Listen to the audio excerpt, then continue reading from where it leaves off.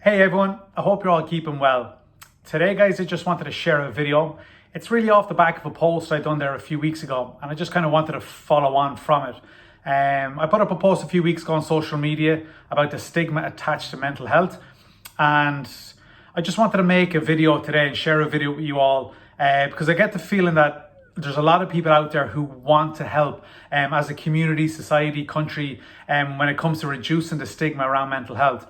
And maybe I just wanted to kind of cover a few things today that we could probably be doing as a community or society, whatever like that, that might end up reducing the stigma around mental health.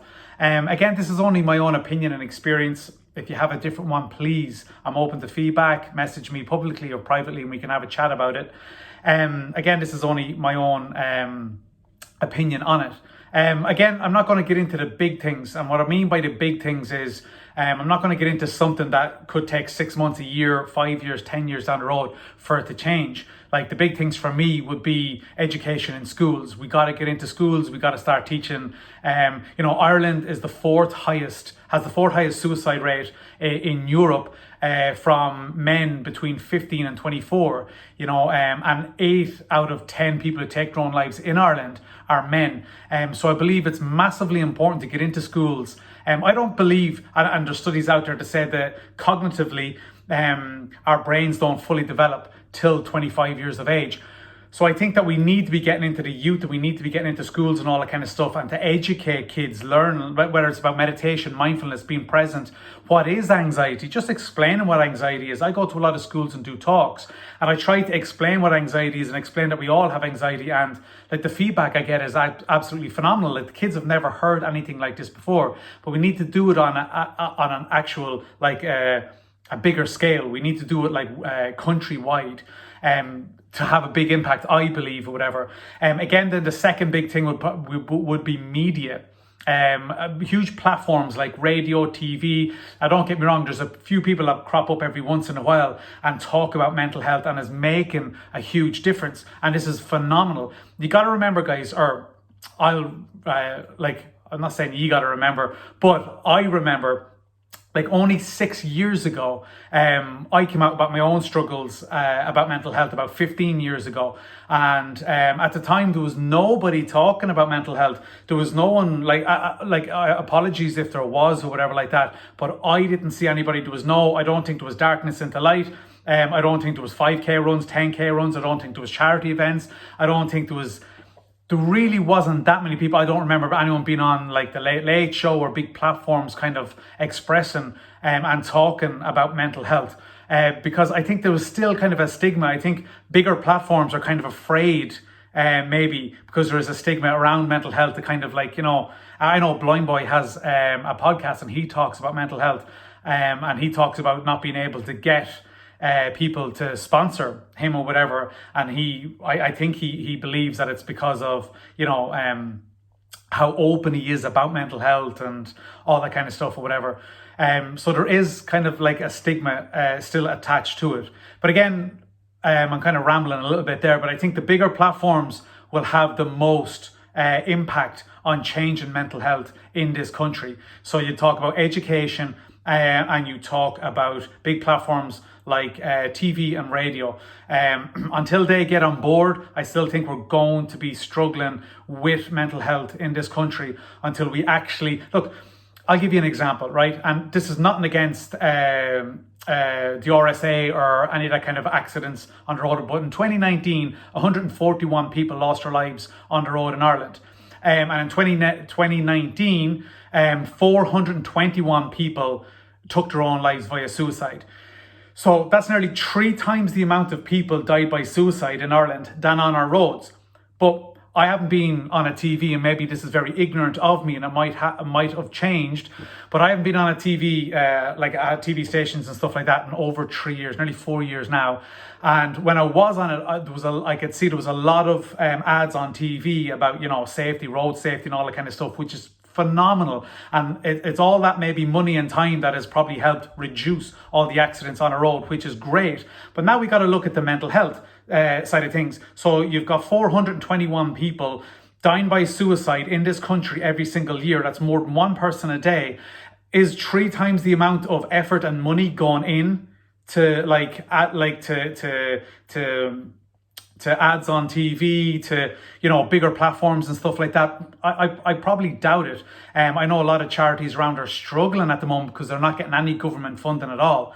Again, before, look, you know, 800,000 people take their own lives via suicide globally. That's one every 40 seconds. And statistically, they could be a lot higher, because in a lot of countries around the world, it's illegal for you to actually take your own life. So it's put down as an accident. So it could be well over 1 million. And for every one person that takes their own life, 20 people attempt it. So again, you know, we might hear of the 421 people taking their own lives in Ireland.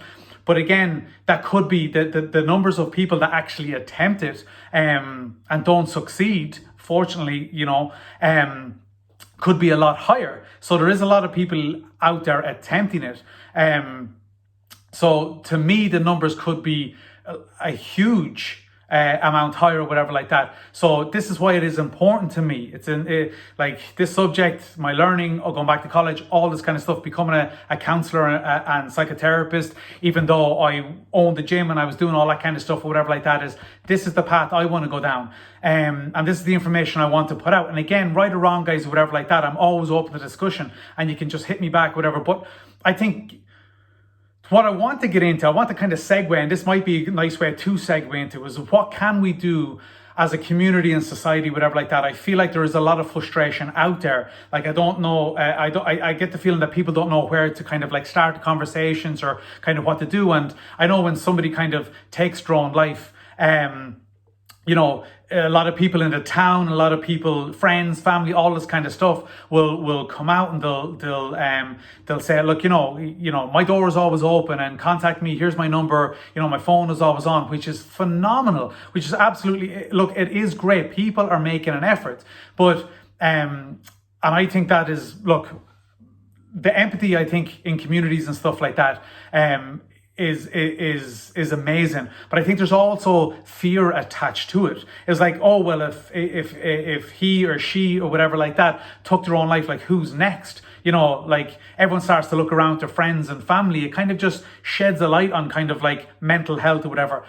What I feel is that if we can kind of keep that going, if we can keep the noise going, if we can keep that energy going, it would make a huge difference, instead of like after a few weeks for everything to go back to kind of normal and all that kind of stuff, whatever, because people are suffering 365 days of the year. You know, it's not just them kind of few weeks and few months or whatever like that. Is we've got people out there who are just afraid to speak up, afraid to speak out, to reach out, to do all these things. So today, I'm just going to tell you what I think could maybe help in a little way going forward in the future.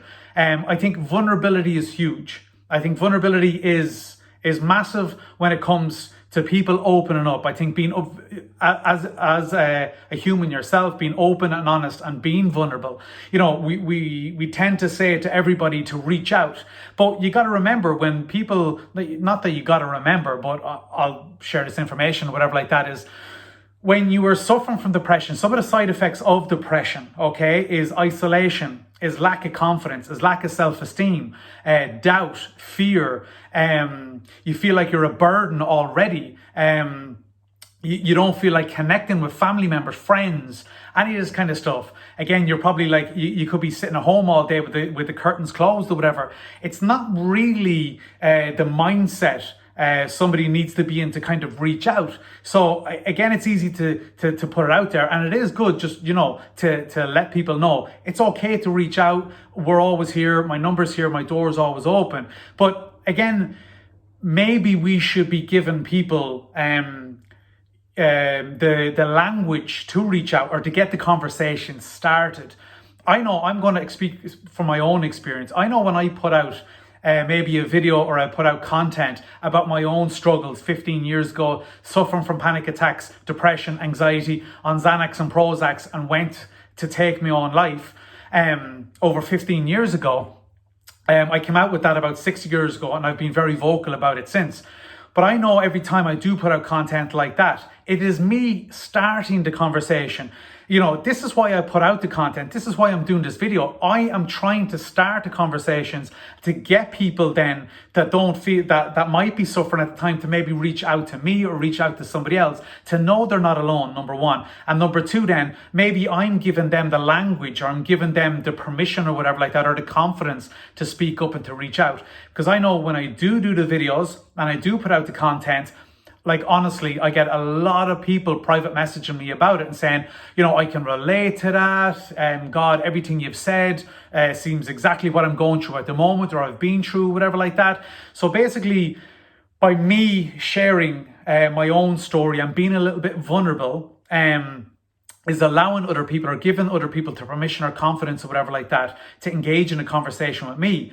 And like 10 out of 10 times, by the time I finish that conversation, the person on the other end, it's usually a lot of people who don't even know me. By the end of the conversation, they usually say, "Oh my God, I feel so much better by just messaging you." And then, I'll recommend maybe going see a counselor, therapist, talking to friends, family, and kind of, maybe speaking up a little bit and maybe reaching out and just seeing how that kind of feels, whatever. And a lot of the time they do say, yeah, that's what I'm going to do next. And I'll send on numbers or Samaritans Pay at a house, or if I know somebody in their town or county, whatever like that, I will recommend them on. So again, it's by having these conversations and by people being a little bit more vulnerable. Like I think a lot of people who want to reach out and a lot of people who want to engage in this and aren't afraid to engage in this can have a lot of power in this, because if you're part of a group or if you're a part of a family, whatever it may be, and you don't mind being vocal about this, you're okay with your mental health at this stage of your life or whatever like that, and you don't mind being vocal, maybe speak out, maybe just give your friends in your group, and you might know who's suffering. But again, if you're giving people the language, if you're sitting down in a bar or a restaurant or a house party or whatever it may be, and you bring the topic up and you kind of just say it and float it about and say, do you know what, a few weeks ago I wasn't feeling great or whatever like that. And this is how I felt and this is what I done. I went for a walk, I exercised, I started to clean up my diet and I feel a lot better. That's given everybody in that group or the vicinity, whether it's family, friends, whatever it may be, kind of that might be triggering something in them going, oh God, I heard Johnny or Jimmy, whatever like that, talking about it so openly. And that might give somebody the confidence to speak up and maybe even contact you directly, or might give them the confidence to just reach out or speak up. The only way the mental health is going to be normalized is if we stop hiding behind it and stop worrying about, are we going to say the right thing or whatever like that. And let's start having conversations. Let's open up. Let's just start having conversations just to see where we end up. If we all spend so much time sitting back and kind of being afraid about, I'll only say things if they're politically correct or everything is right and all that kind of stuff or whatever, I think we're all just going to be sitting around and kind of just sitting back and waiting and watching for somebody else to do something and then kind of jump on that bandwagon or whatever. But again, when it comes to mental health, guys, it is a touchy subject or whatever. But until we get comfortable talking about it, and we only get comfortable by talking about it more, will things change? Will the stigma reduce? So again, if you are that person who's comfortable now, I wouldn't recommend someone who's had maybe mental health issues before in the past and hasn't really got over them and spent a few years on the other side or whatever like that to maybe open up about it so quick. You can, it's completely up to yourself. But I even know, it was over 10 years, I think. And even when I did open about my own mental health issues or whatever like that, I got contacted by a lot of people. I had an article in the Irish Independent, and I'm talking about, I got contacted by hundreds of people from all over the country. And at that moment in time or whatever like that, I was so far out the other side, I was comfortable contacting people and giving people advice and all this kind of stuff or whatever. But I also reflected and thought to myself, if I was just out of my struggles or whatever like that, and I knew I wanted to help, and I tried to help too quickly without really healing myself, I think I would have become this emotional sponge, and it would have wore me out, and it probably would have put me back in a bad spot again. So when I'm telling people to reach out maybe and to be vulnerable and all that kind of stuff, is I'm talking to the people who feel comfortable about this and are okay about their mental health, or they're on the good side and they have a healthy mental health. But again, if they start opening up, then I think the knock-on effect will be other maybe friends and stuff like that who've got mild mental health issues and stuff like that, and maybe trickle down to the people who actually have depression, anxiety, that are suffering from panic attacks, and that are isolating themselves and stuff. So I think by being more vocal about it, talking about it, starting conversations about it, being more vulnerable about it, being more open and honest. And again, like, we live in a time, I'm just like, it's my own, I get a little bit kind of like, I suppose passionate or whatever like that. So I start talking a little too fast. But again, I think everything these days, we see social media, since social media came about, everything has become this big, huge competition. Everything's become this like extreme. It's like, oh, I'm extremely happy. I'm extremely kind of like great. Everybody's extremely this. And, everything's just become extreme. And it's like houses, watches, cars, lifestyle, holidays, my own mental health, exercise, and everything's just like, oh, it's great, and everything's to the extreme of everything. But realistically, if we were all honest and open, we live 90-something% of our lives in the okay, in the just grand, but there's not enough people, in my opinion, that are just talking about just being grand. You meet somebody, and I've fallen into this too. You meet somebody and I feel like I haven't seen them in ages, and they say, "Oh, so how have you been the last year?" And I feel like nearly like, God, I better make up something, or I better tell them about my, my highlight reel over the last year, or they're gonna judge me for living a boring life. And I feel myself kind of going, yeah, well, I set up a gym, and I done this competition there the other day, and I'm like, what am I doing here? It's okay to just say, look, life is just, I'm getting on. Some days are good, some days are bad, or whatever. And again, if we're all more open and honest, I think it's given people the language and the space to actually be more open and honest themselves. Because if I hit you with, I was over in Bali there and I entered this competition, I own a gym, imagine the other person who mightn't be feeling like, mightn't have done much in the last year, but just survive. Like, how's that going to make them feel? But I'm not saying to not be telling people about, your achievements in life and all that kind of stuff.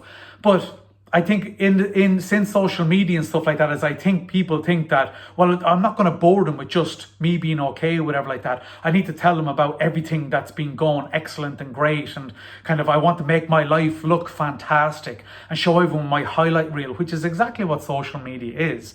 But we live, as I said, 90-something% of our time in the okay. We're in the grand. And I think if we're all more open to that as well, and to just be like telling friends and family, I'm just okay. Last week was a tough week, but this week seems a little bit better. And, I'm eating a little bit better. I'm doing a little bit more exercise and getting a bit more headspace. I'm trying mindfulness or whatever.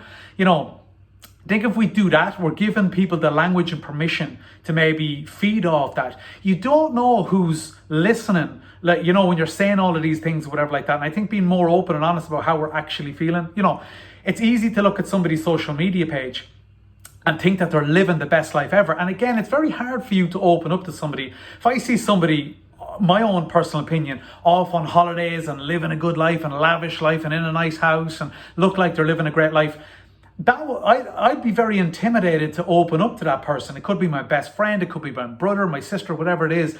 That would nearly intimidate me, because I'm like, oh, look, I feel like a burden anyway. I don't want to burden them because their life looks so fantastic, whatever like that. I don't want to burden them with my troubles.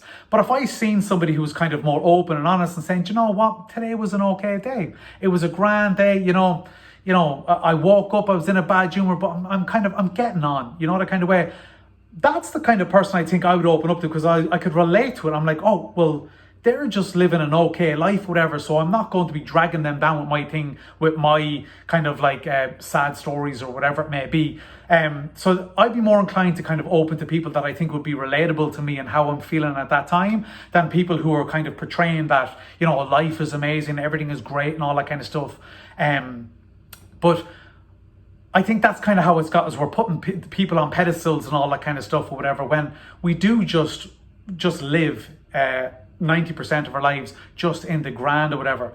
I don't know what else I kind of wanted to touch on there, but yeah, I think being vulnerable, being open and honest, and being able to kind of share how you're actually feeling, again, going back to what I said, will maybe give people to permission and confidence and stuff like that to speak up.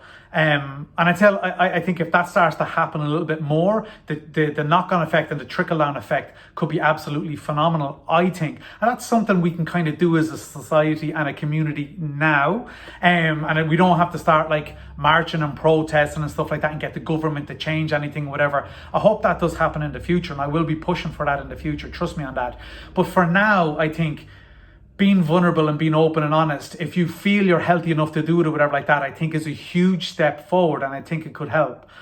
I don't know what else. Maybe if you are suffering from depression, anxiety, or panic attacks or whatever like that, maybe I'd just like to give you a few little things, a few little tips or whatever like that might help or whatever, that helped me. Okay, so first off was getting some fresh air. Okay, so getting out, going outside, whether it was for a walk, a run, whatever it was. So getting a bit of fresh air. For me, I locked myself in my room for over a year and a half, whatever like that. And like going out, I felt like the world was judging me in some way, which, you know, looking back, it wasn't. It was just irrational. It was my irrational thought that I was being judged. But maybe even driving to a quiet place and just going for a walk, getting a bit of fresh air and all that kind of stuff or whatever. Eating better. When I had depression or whatever like that, I think my eating was a huge part. So I was eating a lot more kind of crap, which made me feel a lot more crap. So maybe clean up your diet a little. Exercise, I'm always going to promote exercise because that's what effectively saved my life, was exercise. Setting small goals. Now, this might sound silly. Okay, I've never said this before. I've talked to Jerry about it, the guy who helped me, who effectively saved my life. I trained with Jerry, I think 3 days a week. I think it was Monday, Wednesday, Friday. And my goal over the whole 7 days for the first few months to get me out of depression, my only goals of the week was to see Jerry Monday, Wednesday, Friday. So for that 2 hours, driving over, training, talking, and then driving home were my only goals. But setting them little goals at the weekend made me excited for the week to come, because I knew I had something. I had something to get up for. I had something that gave me meaning and purpose. And the other days, I started to implement walking. So I used to go to the Curragh, and I used to, at this stage, now I look at it now, and there's not that many people who know this, but so Monday, Wednesday, Friday, I was training with Jerry. But then Tuesday and Thursday, I used to walk. And I could only walk less than a kilometer. Like I'm talking like I could walk maybe 400, 500, 600 meters, and I'd get out of breath and I'd have to stop. And I'd start feeling my heart. I'd do all these things. And then maybe 500 or 600 meters back to my car again. So that's all I could do. But there were small, very small goals, okay? And I'm saying setting goals. I'm not saying if you are kind of going through a bad time at the moment or whatever like that, it's to set huge goals of, you know, training every day and changing your diet completely, but maybe setting out small goals, maybe writing down a few small goals at the weekend for the day after, maybe a little bit of journaling and stuff like this would help. Another thing is isolation is a huge part of depression. So what I say is reconnect with friends, family, you know. Instead of pushing people away, allow them in, okay? To your own comfort, allow them in a little bit or whatever like that at a time, and maybe build off that. But disconnecting yourself from people or whatever like that was a huge thing. That a negative for me that went against me was disconnecting. Was like, oh, they don't understand. I don't want to be burdening them. I stopped replying to messages. I was to any invites. I was no. But maybe reconnecting is a huge thing. And now I think people are more open and honest and vulnerable about mental health issues. Again, if somebody is coming to you with mental health issues and they talk to you, it's massively important not to react in a huge dramatical way or whatever like that. If somebody says, you know, I'm suffering from mental health, go, oh my God, Jesus Christ, you know, I think the stigma is always going to be around if people are reacting like that. And even non-verbal cues, like kind of like looking shocked and all this kind of stuff, of learning more about mental health and being more comfortable talking about it, that if somebody does come to you and says it to you, that you're a little bit more calm, because people who are suffering or whatever like that are going to feed off that. They're going to feel if they go to tell you something, you react in this catastrophic way or whatever, that's going to worry them and go, oh my good God. But being calm enough in a situation, if somebody approaches you about mental health, being okay and kind of just saying like calm, body language calm, everything kind of seems calm, even though inside it could be turmoil and you could be, oh my good God, I can't believe this person is saying to me. But just to try stay calm in that situation, and not to turn into this, oh my good God, just try be calm, because that can actually calm the person down and not think it's this huge thing. I think when it comes to mental health, I think judgment is a huge thing that's attached to it. I think a lot of people are afraid to come out about having mental health issues because they're going to feel like they're judged. So again, one thing I wanted to say is, there's now in the last 6 years, I see a lot of people coming out and talking about their own mental health struggles and stuff like that, which is phenomenal, which is great and brave and courageous. So what we can do as a community as well is support them. If somebody comes out and talks about their own mental health or whatever like that, to comment on it. Don't private message. Show people. Comment, like and comment and share things. I know a lot of people out there, whatever like that, will contact me privately and stuff like that, and that is okay, and I'm very grateful for everything and whatever, But I do understand if some of these messages that were sent to me privately and stuff like that were put on publicly underneath my post, because when you are talking about mental health, a lot of people who are suffering from mental health will be attracted to them posts because they're like, oh, I can relate to this. But 9 times out of 10, I don't know that statistically or whatever like that, but I'm guessing a high percentage of the time they're going to click into the message to see what the general public are saying about mental health. But if they go into the messages and there's no messages, they're kind of probably going to get the feeling that nobody cares. But if they go into the messages and see like 10, 15 messages from people going, oh my God, you're so brave, and empathy and compassion, and that to see this and that to see that there's likes on it and there's support, like that of course is going to encourage them to go, oh my God, they're getting so much support here. And that's the knock-on effect from that, honestly guys, is massive. It's so potent, But again, I'm after kind of rambling there, whatever.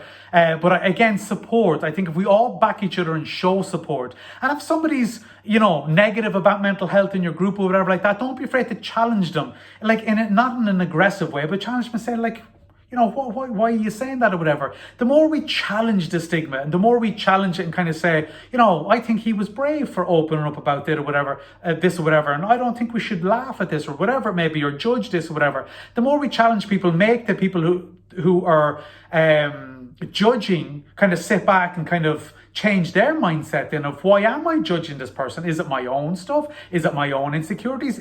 Am I just nervous about talking about this? So I'm just going to like throw a negative comment out there to see throw the feelers out and see if it lands on anything or whatever. But don't be afraid to kind of challenge somebody in a nice way and kind of say, oh, I don't really agree with that or whatever. We need to challenge things. We need to be more open. We need to be more honest. We need to be more vulnerable for the stigma to reduce in this. And again, without the big things of media and stuff like that, I think this is what we can be doing as a community and a society to help reduce the stigma attached to mental health. So guys, I don't know, like I think I'm coming up to like 30 minutes there. I hope you're still listening. I hope you might share this video on with somebody else privately or whatever like that. Thank you for listening or whatever. If you are struggling, guys, you're not alone. Please reach out, whether it's the Samaritans, Pieta House, somebody, just please reach out. There's a load of ears. There's a load of people who want to help. So I would just encourage you to find some courage in you, to just reach out to somebody. As I said, guys, something needs to be done. And I hope this is just a small step. Again, if you agree or disagree, I'm 100% open to feedback, guys.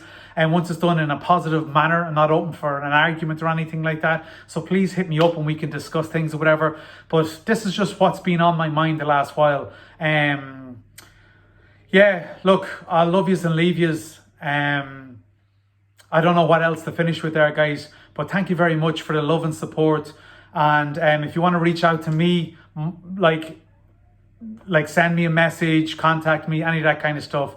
I'll always reply, and I'll have an open conversation with you, with no judgment or any of that kind of stuff, whatever. So thank you guys, if you're listening this far, and yeah, living the okay. It's okay to be okay. It's okay to be grand, guys.